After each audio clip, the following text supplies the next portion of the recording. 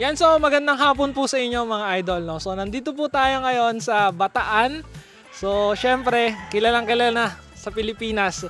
Baka international pa nga sir, no? Yan. Hindi naman. Yan. So nandito po tayo ngayon sa Pilar Game Farm with Sir Kari Chua. Yan. So magandang hapon po Sir Kari. Magandang hapon naman sa mga viewers ni Sir Billy. Mga followers, yan. Mga followers ni Idol Billy Canlas. Welcome sa Pilar Farm. Maraming salamat po. Syempre kasama natin si KJ the Great. Kapangalanan na po ni Boss. KJ the Great. KJ the Great. Yan. Tsaka kasama natin si Jason. Sir Jason. Syempre, ang idol natin na si Paul Medina. Yan, ano niya, kaka-champion lang yan. Fresh na fresh. Baka naman. Idol. Kaya po pala yung bulsa punong-puno po kanina eh. Talagang talagang... Nalaglagan ng 1K. No? Oo, nabawasan yung premyo. Sir Kari, paano po ba nagsimula ang isang idol Kari Chua? Una, ano naman yan talagang sa roots ng family namin, both sides talagang mahilig sa pagmamanok. So, maaga lang ako na-expose.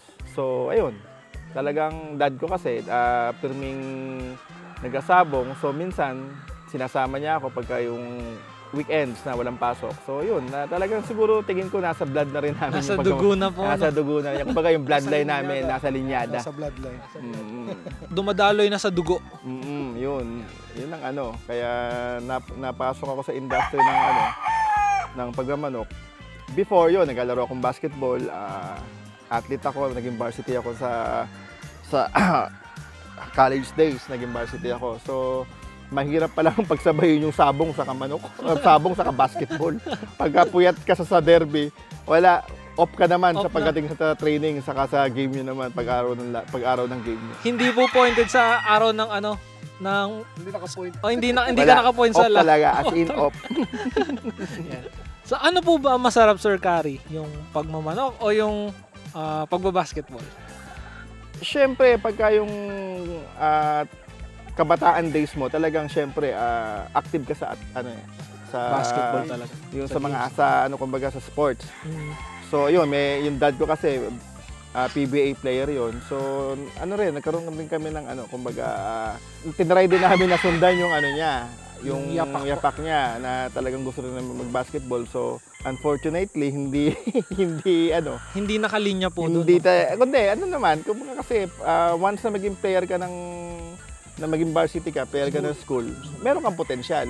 Kaya lang nung napagsabay ko na tong basketball, parang hindi tandem.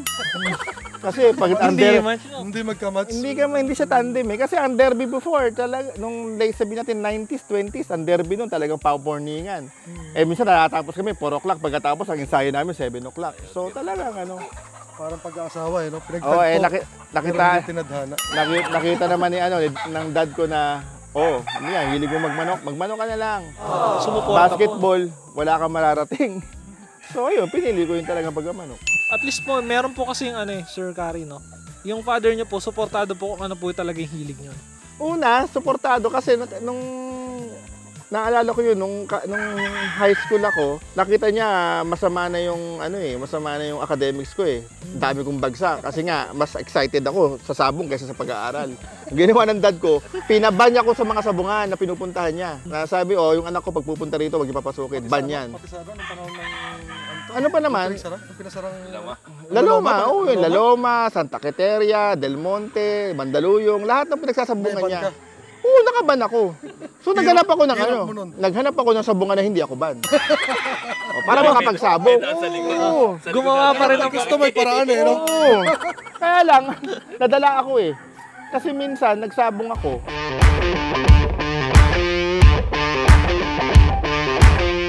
Eto, nagbayad ako ng entrance. Basta may pambayad ka, makakapasok ka naman sa sabungan hindi naman ako ban doon. Naalala ko yun, hackfight muna pagdating ng gabi, derby. So, hackfight, pusta. So, nung natatalo na ako, natitira sa akin, pamasahin na lang, uuwi na ako. Kasi after that ng hackfight, derby naman. Nakita ko, dad ko, nandun. kasali. Pagkatapos, ang masakit doon, nagkakaos siya doon sa malapit ng exit ng sabungan. So, nandun yung handler na air ng daddy ko. Nandun yung kapatid ng daddy ko. So, madali ako makilala. Ang ginawa ko, tinapos ko yung derby. No eat, no drink, naka-pointing din ako. Wala na akong pera. Papasahin na nga lang ang pera ko. Nakatago pa ngayon ako doon sa sa poste. Baka makita, may makakita sa akin. Yung anak ni Mambungo nandun. Oh. Tatabong na doon, tatago. Tinapos ko yun ng sabong, ng walang kain, walang inom. Kamusta po score ni father po nun? Hindi, masama score. Kaya kung makikita ko doon, baka bugbugin ako yun.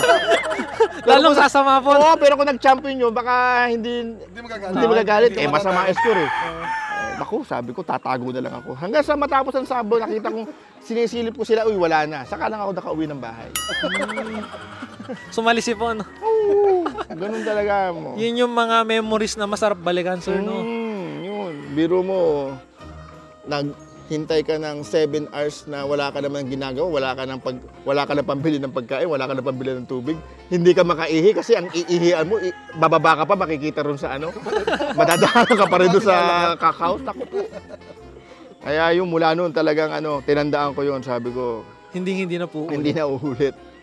So, yun, nung nag-aral ulit ako, alam niyang mag-aaral na ako, Yung seryoso na po. seryoso na yun. Sige. Kaya idol kita, may pagkapalos ka talaga. Doon yung sa some other ways, hindi yung sa Alam mo naman, masyado tayong Matinik. Pagtaguan niya pa si Arpat niya nung. So ayun, yun ang naging mga good memories. good and bad memories yun na hindi ko makakalimutan. Bago siya mawala, talaga nakita niya na kumbaga stable na ako dito, na nakita Established niya. na. Oo, nakita niya kung kumbaga kung ano yung narating ko sa larangan ng sabong. Kumbaga, Masaya. bago siya mawala, masaya siya. Ang binibili lang niya sa akin, wag mong tatanggalin ang gray mo na breeding. Kumbaga, dyan ka nakilala. So, Ayun. yun. Yan. Speaking of gray, eto na. Yan, parang eto na. Inaabangan ng mga natin. Eto Mga na. followers niyo pala. Yan, mga followers ng Pilar Game Farm. Yan. So, nandito nga po pala ang original na Paul's Park Gray. So, napakarami po kasi nagki-claim, di ba? Actually, sabi niya nga kanina, maraming breeder sa Pilipinas niyan before bago siya. Pero sa kanya talaga nag-click ng gusto. Saka para sa kaalaman lang din, yung Paul's Park na yan, ayaw niya lang tanggalin yung name ni Paul's Park kasi yun naman talaga nanggaling eh. Pero kumbaga, gawa niya na talaga yan eh. Blend niya. Si Idol naman paano niya magkukwento lang. Paano niya na-blend yun? Eto na. Yan. Yan na. Sir Kari, pwede po ba natin i-share? Andiyan na exciting part. Ito na exciting part. Pwede po ba natin i-share sa mga viewers natin yung... Hindi, ang PSG, yan yung Paul's Park Gray. Pangalan ng breeder yan sa Amerika. Hindi naman bloodline yan. Ang alam ko dyan, Bennett Gray yan. From Johnny Bennett. Black Hat yan. Yan yung mga, mga silver gray. So dumating dito yan 2000 early 2009. May lang. Ang sabi pa sa akin noon, ang linyada niya sa 3/4 Johnny Bennett Gray over 1/4 round head. Kaya pala medyo may siya dito. So yan ang kaya minsan naglalabas siya ng white and yellow leg. Ngayon, bago siya dumami, at that time tumawag ako, sabi ko parang dadami yan kung male lang. Gusto ko kung magkakaroon man ako ng gray din ang ang both sides, ang parents na parehong gray. So wala nang maibigay na hen or pullet si Paul noon. So napilitan kaming maghanap ng ibang blood na gray. Oo. So nagpunta kay Fairchild kung kinikinino, parang hindi pumasa sa standard ko. Ang pumasa lang is yung kay Mel, yung dark-legged. Mel, tinatawag nilang Oregon Gray. So nung dumating dito, sila lang muna. Kumbaga, binirid ko siya. Nung nagkaroon ng offspring, hindi ko siya Hindi mo gusto eh, no? hindi ko siya pinapansin. Hindi ko siya kasi nga uso ng sweaters na.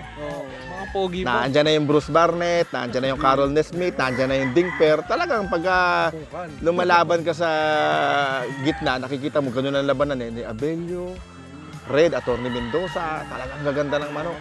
So yung mga gray na yan, hindi ko inaano yan. Kumbaga, hindi ko minamanok yan. Kumbaga, dyan lang siya. Nung dumating yung time na naubusan na kami ng panlaban, as in talagang wala na. Eh meron kaming commitment na hindi namin pwedeng hindian. Inilaban ko yung mga gray na yan. Napagulang mo na sila. Oo. Bullstag. Tanga 2-year-old. 2-year-old. Young cut. Young cut. So nilaban ko sila. Ba? Sabi ko okay ah. Maganda po performance. Oo, nananalo. Ano pa yun? Barkadahan pa yun. Rambulan days pa. Rambulan. So nakita ko una nanalo or nakachamba. So I think ang nilaban ko noon sa 12 parang 10 ang nanalo, isang talo, isang tanda. So yun lang naman eh kasi nga trial lang naman siya. So hindi sila marami. Ngayon, ganoon na naman. Ibinirid ko na naman yung mga sweaters. So satisfy ako kasi nga kumbaga sumasabay na yung mga breeding ko sa mga big boys eh. So tuwa naman ako kumbaga very competitive na rin yung mga palabas ko. Dumating na naman yung point na wala na naman, naubusan na naman. Eh, na yan na naman mga gray. Sabi ko gano'n, sige nga, laban nga natin yan. Handa, kondisyon natin. Baka nakachamba lang yan. Aba, nakita na po ito, grabe. Talagang nakakapatay sila ng isang palo. Hindi ko alam kung chamba again or talagang ano. So, nung nakita ko na kaya niya sumabay, kaya niya makapagsabayan, matapang siya, game siya, ginawan ko sila ng ano, family. Sineparate ko yung dark-legged, pagkatapos sineparate ko yung mga yellow leg at white leg. So, dyan nag-umpisa. Ngayon, syempre matagal na yan. Kailangan mong i-refresh. Pinasukan ko sila ng Jogood Gray. Una, hindi ko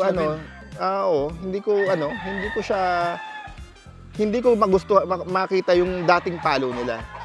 So, in-adjust ko. Kumbaga, nag-concentrate ako sa Paul Sparks side. Pinaheavy ko siya. Pagkatapos, maliliit na portion na lang ng Jogood at Melson's Gray. Oo. So, yung bumalik na naman siya. So, yun, hanggang ngayon, siyempre, patabang ng patabang yan. Hindi mo naman sabihin na 2010 hanggang ngayon, yan pa rin ang linyada mo. Siyempre, mag-deteriorate yan. Tapos pabigat po ng pabigat ang labanan. Oo, ngayon, search ako ng search. So may mga kaibigan tayo sa States, tinanong ko yung mga roots ng kung pinanggalingan ng Paul Sparks na yan. So ang alam nga nila nung una, si Paul Sparks namatay or what. Hindi siya namatay. Tumigil siya sa pagmamarket kasi hinawakan siya ng Meksikano na exclusive lang i-breed niya. Para sa kanya lang po talaga. Oo, kumbaga lumipat siya ng Okla.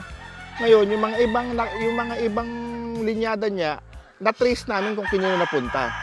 So, yun, kumbaga, nag-refresh kami. Nagdatingan yung mga imported. So, kumbaga, same bloodline, different family. So, hindi ko rin magustuhan. So, import pa na ng import hanggang sa makita ko yung John Slavin na sabi nila black hat. Yung Kudibon, black hat din daw. So, nakita ko naman yung pictures nila, may similarity. Away nila, gano'n. So yun, ibinirid back ko sila, tinignan ko kung makakatulong o kung makakasama. Unang taon nakasama kasi nga naging aggressive yung manok ko. Oo, saka napansin ko Masyadong maraming palo, hindi naman ganun dati sila. Power. Ngayon in-adjust ko, tinimpla ko ulit sila. Hanggang saan nakuha ko ngayon, until now, kaya yung mga grays na yan. Kaya pala idol napansin ko rin yung tulad na sinabi niya sa kung paano niya binread. Kasi maraming talagang mga buyer din kami na nagtatanong, ba't ganun? Nagbato ng green-legged, lalo sa hen side. So, yun pala yun dahil sa Melson's Gray. Hindi na mawawala doon yun wala naman. Pero hindi naman siya yung pag unang breed mo, kaagad maraming green-legged na lumalabas. Once nag-i-inbreed ka, ako sa observation ko idol yun. Lumalabas. Nagbabato talaga siya ng green-legged. So, yun, pinapaliwanag naman natin. Siyempre, may mga previous interview siya na yan siya, paano siya ginawa. So, saka parang naman sa akin, wala naman shots na pure na blood.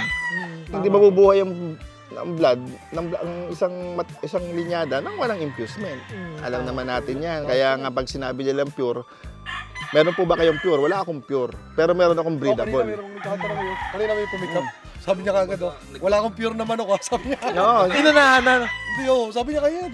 Sabi ko, wala akong pure na manok. Wala akong pure na manok. Wala akong pure na manok. Lang siya pare sa kulay ng paa. Diba? Kasi hindi naman, sa sweater, katulad ng kumbaga ang yun, sa sweater niya, Kumbaga, wala talagang pure eh. Kasi lahat may infuse ng ibang bloodline. Doon sa gray, which is nagiging white leg lang, nagiging dark legged, and then the yellow. Conforme ron sa yung blood na ipinasok mo doon. Oo. Yun ang i-expect mo. Pero pag sinabi mong gray to, naglabas ng pula, mag-isip ka na. Ang away nila, magagaling sila. Magagaling sila, oh. Hindi naman sila magagaling, magaling ang timing. Hindi, Maganda ibig tumiming. sa amin, ang magaling sa amin, ganun eh. Yung tumatalon-talon lang. Pagka tumatalon-talon yung manok namin, bumabangga-bangga. Parang... Hindi, for me sa akin, ang magaling naman ako, kung kayang pumalo, kayang pumatay, kayang manalo ng isang ano, ayoko yung hindi yung maraming palo. Yun ang para sa akin. Well pointed na, kumbaga, nagsama-sama na yan eh. Maganda pagkahanda, maganda bloodline mo, magaling ang maayos yung pagkatari mo. Mas malapit sa swerte. Pero pagka off ang manok mo, wala ka na magagawa. Off is off. Pagka lang on naman ang manok mo, mahirap ng kalaban. Papahirapan po yung kalaban. No? Hindi, gano'n naman. Kasi lahat naman pagka lumaban ka, Kaya hindi mahirap eh, no? hindi mo pwedeng underestimate yung kalaban mo eh. Kasi inilagaan din naman yan eh. Bumili rin ng manok yan. Nagpagod din yan. Kaya pala yung sinasabi mo na wag ka magigib ng credit lang sa manok lang. Kumbaga lahat yan, ano yan eh. Team yan eh. Team yan eh. Pare, Hindi pa pwedeng manok mo lang ang magaling. Manok, magaling yung naayos yung pointing. Para manalo yung manok. Hindi mo pwedeng sabihin na 100% manok lang. Oo, hindi. Dapat yan. O kaya magaling si handler, Magaling handler mo. Ang pag-uulang doon sa concept na yun, may Lalo hirapan ka. siya, nananari siya. Kaya lagi yung sinasabi yun eh. Yung kumbaga yung factor ng teamwork. Hindi ka one-sided lang na aasa ka lang sa galing ng manok mo. Dapat yan yung ang credit niya yung mga boys mo, yung mga nagtari sa iyo, yung mga tumulong. Nag-effort po. Mga effort yun. Saka dapat sanay kang tumanggap ng talo. Hindi yung puta puro ka panalo. Walang ganun. Walang ganun. Yung iba po kasi nagdadamdam eh, no? Pagka natalo, ang sakit daw eh. Pag natalo ka, hanapin mo kung Saan i-correct mo nagkamali? kung paano ka, kung bakit natalo, kung anong factor ka natalo, kung saan ka nagkaroon ng kapot. Ay, ang sabong never-ending learning yan. Kumbaga, hindi Lang nagtatapos sa Hindi. sa isa. Saka wag mong pupuriin ang manok mo. Pag pinuri mo ang manok mo, ang tingin mo sa manok mo, magaling lang ang manok mo. Dapat open ka na Open-minded sa lahat. Open ka na magtanong ka. Kasi yung pagkatanong walang bayad diyan. Lalo na sa mga talaga mga veteranong nagmagmamanok, mababait yan. Bibigyan ka ng magandang advice yan. Oo, hindi ka ililigaw niyan. Mga baguhan po. Oo, yung sa mga baguhan na talagang hilig yung magmanok, research, and then magtanong kayo. Pagkatapos, makikita nyo naman ngayon sa connection ng sabong ngayon, social media, makikita nyo kung sino yung talagang lumalaban, kung sino yung consistent, pero walang consistent. Kasi talagang ngayon ang Mahigpit po ang labanan. sobrang ang competition ngayon masyadong mahigpit. Ngayon maganda score mo, bukas masama ang score mo. Saka isang kaya gusto in-idol ko yun, si Eduardo. Yung mapapasin mo sa kanya sa genetic. Alam niya rin pati sa genetic. Hindi siya yung breed lang ng breed na kasi ang nangyari nito, pati ako pinag-ano sa Amerika eh. Research dito. Hindi ko kuha ng manok yan sa imported sa US nang hindi nila pinag-aralan yung manok. Silang dalawa ni kaibigan namin si Jumeliot na bayan. Kukuha ng manok yan, pero talagang pinag-aralan nila yan. Marami silang pinagtanong sa Amerika, lumalaban ba yan? Anong history ng manok niyan? Ano ba yung nakapalog sa manok niyan? Hindi yung sikat lang, kukuha na sila, Hindi lang basta na kurso na daan, bibili na, no? Kumbaga merong malalim na reason kung bakit ka kukuha dun sa Hindi naman breeding. tayo dun sa kumbaga, hindi naman tayo dun sa branding. Dapat competitive din. Nagre-press sila ng Bruce sa sweater. Meron tayong kinuhanan, no? Sa US na Mexican. Talagang hindi nagbebenta ng manok yun. Kasi mayaman siya, hindi siya nagbebenta ng manok. Tagal na nilang nililigawan, 3 taon. Yata daw kung sino-sinong And finally, bumigay din. Nagpanggap ako Mexicano. Pero sabi ko sa kanila, sige to, idol, ba't search nyo pa to? Yun yung sinasabi ko kanina. Talagang pinag-aralan nila, pag tinignan mo yung trophy nung grabe. Sobrang dami. Saka may mga Mexicano siyang kaibigan sa Facebook. Nung nagpanggap ako Mexicano, tinatanong ko, sir, totoo bang may score yan? Yes, yearly lumalaban yan, nagka-champion yan. Mga Bruce na Talagang tested, no? Kasi ang breeding naman trial and error din yan. Pagka alin sa dalawa yan. Pagka hindi mo sabihin imported yan, quality yan. Pagka hindi nag-mix sa'yo, Dalawang klase yan eh. Makasama o makatulong sa'yo eh. Sa breeding, no? Pag nagpanalo, nakatulong. Pagka hindi maganda ang naging result, nakasama. So, ganun lang naman. Kaya yun ang excitement ng breeding. Yan ang excitement Walang ng katapusan breeding. talaga yan. Tsaka it takes time, no? Hindi lang basta ano. Walang instant. Walang instant. Walang Yun. instant. Yung mag-breed ka ngayon, pagkatapos sunod taon, magaling ka na agad. Walang ganun. instant po, no? Noodles lang yung instant. Sa noodles lang. Kami nga, kung sa pag-aaral lang, ang dami ko ng tuition na tinapon dyan. Kumbaga, kung gusto kong ma-master yung kurso lang, hanggang ngayon nag-aaral pa ako. Ganun ang lalim ng sabong.